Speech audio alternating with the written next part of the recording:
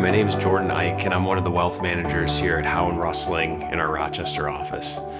From 2009 through 2025, the S&P 500 has only seen 3 calendar years with negative returns. Those were in 2015, 2018, and 2022. This period of relative calm can make it easy to forget that markets do go down. However, the tariff-related volatility that we saw last April, combined with some bumpiness to start 2026, has been a good reminder that market declines do happen and are normal. Volatility is common, but it's never comfortable. So how do we maintain discipline when markets get bumpy? Well, discipline's about doing what matters, even when it's uncomfortable, because you trust the long-term outcome more than the short-term feeling. It's about choosing actions intentionally instead of reacting emotionally. The rewards for discipline can be great, but it's extremely difficult to master. If discipline was easy, we might all eat healthier, exercise more, and be better spouses, parents, and investors. Our brains are wired to prefer comfort over progress, and we're built to avoid pain, seek immediate relief, and react quickly to threats. Discipline's the opposite of instinct. It asks us to tolerate discomfort now for a benefit that is distant and uncertain. I have a 2-year-old daughter, and she loves to eat bananas more than anything in the world. If all she ever had to eat were bananas, she would be content. And while there's worse foods, certainly that she could be interested in, I know it's important that she gets nutrition from other foods. But sometimes introducing these other foods comes at the expense of a temper tantrum. And I'd be lying if I didn't think about just getting her a banana to calm the situation. My emotions say, end the discomfort now, but the intentional decision is to prioritize long-term health over short-term calm. It's a lighthearted example, but I think there are some parallels to investing. Whether it's getting up early to exercise after a rough night of sleep, putting in extra hours to meet a deadline, or sticking to a financial plan during market turbulence, discipline shows up in many areas of life. Volatile markets don't require new skills. They require the same discipline you already practice. Showing up, sticking to the plan, and not letting the short-term discomfort derail your long-term goals. When markets are calm, our plans feel logical, and it may be easier to stay disciplined. But when volatility rises, logic can disappear in a hurry, and the more money is on the line, the more emotion can affect our actions. Next, let's dive into a couple ideas on how you can prepare for and navigate market volatility. First of all, I think it's important to expect it. History shows us that volatility is the price of admission for long-term returns. Stock market volatility is normal. Some of the best days in the stock market have occurred immediately after the worst, and investors that sell during sharp market downturns have the potential to miss out on the dramatic rebounds that often follow. Missing out on just a few of these recovery days can dramatically impact your long-term results.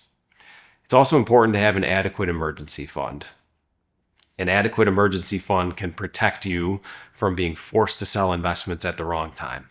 If unexpected expenses come up during a market downturn, having cash reserves can prevent you from having to lock in losses by selling, and it may also provide a psychological runway to help you stay invested when markets get choppy, knowing that you have funds set aside for emergency expenses while you wait for your investments to recover. Choosing an appropriate asset allocation is also important. The mix of stocks, bonds, and cash investments are a large determining factor in your portfolio returns, but also the level of volatility. More aggressive allocations to stocks historically have yielded higher returns over a long period of time, but you can also be subject to significant losses as well. Make sure that your asset allocation lines up with your goals, your time horizons, and your risk tolerance. It should be something that helps you accomplish these goals, but also one that you can stick with throughout volatile time periods. It can also be helpful to invest consistently at regular intervals.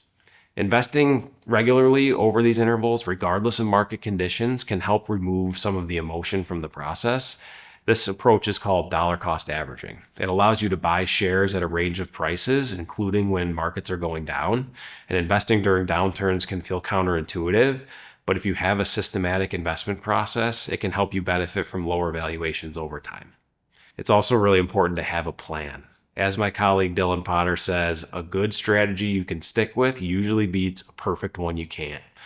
A realistic, thoughtfully constructed financial plan It aligns with your goals, expected returns, and risk tolerance. If it requires excessive risk to succeed, it may not be sustainable. The best plan isn't necessarily the most aggressive one. It's the one that you can follow consistently. It's also important to seek professional advice. Working with a financial professional can help you so you don't have to navigate market volatility alone.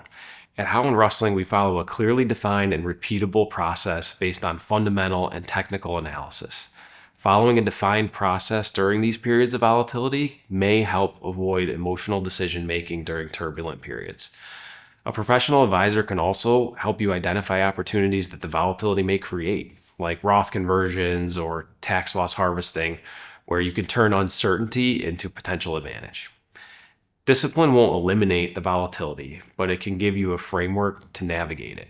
Markets are going to fluctuate, headlines will provoke emotion, and uncertainty will continue to exist.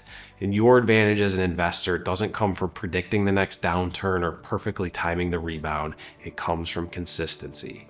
Consistently following a plan, consistently aligning your portfolio with your goals, and consistently choosing long-term progress over short-term comfort.